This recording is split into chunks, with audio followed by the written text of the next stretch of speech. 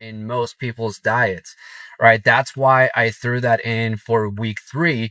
And I'm following basically what I would do when I was brewing beer. I was paying attention to the quality of water, minerals, pH, temperature, and next week is essentially making sure that you have the nutrients. Like when I was brewing beer, without nutrients, I couldn't brew beer. That's why brewers use wheat and barley to basically make a beer, and then they make a light beer. You know how they make a light beer? They add corn or rice because they don't, those are called adjuncts. They don't have as much nitrogen or minerals or nutrients. And so really just kind of waters down the beer, but you can't do it so much because if you water it down too much, then there's not enough nutrients for the yeast to grow.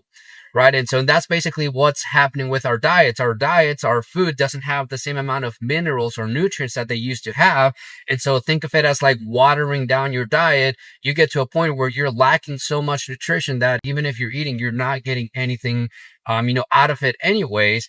And that's why I tell people, like, if you just do those supplements and do like the water and minerals, you're more nourished than like 90% of, the US who is in a standard American diet. Right. And so if you're able to understand that, now all of a sudden you're going to start waking up. It feels like, hey, like I don't feel like I need to eat. Like my body's just functioning. Well, yeah, no shit. You're actually giving it what it needs. Right. And that's basically what I'm trying to like get you guys to get to.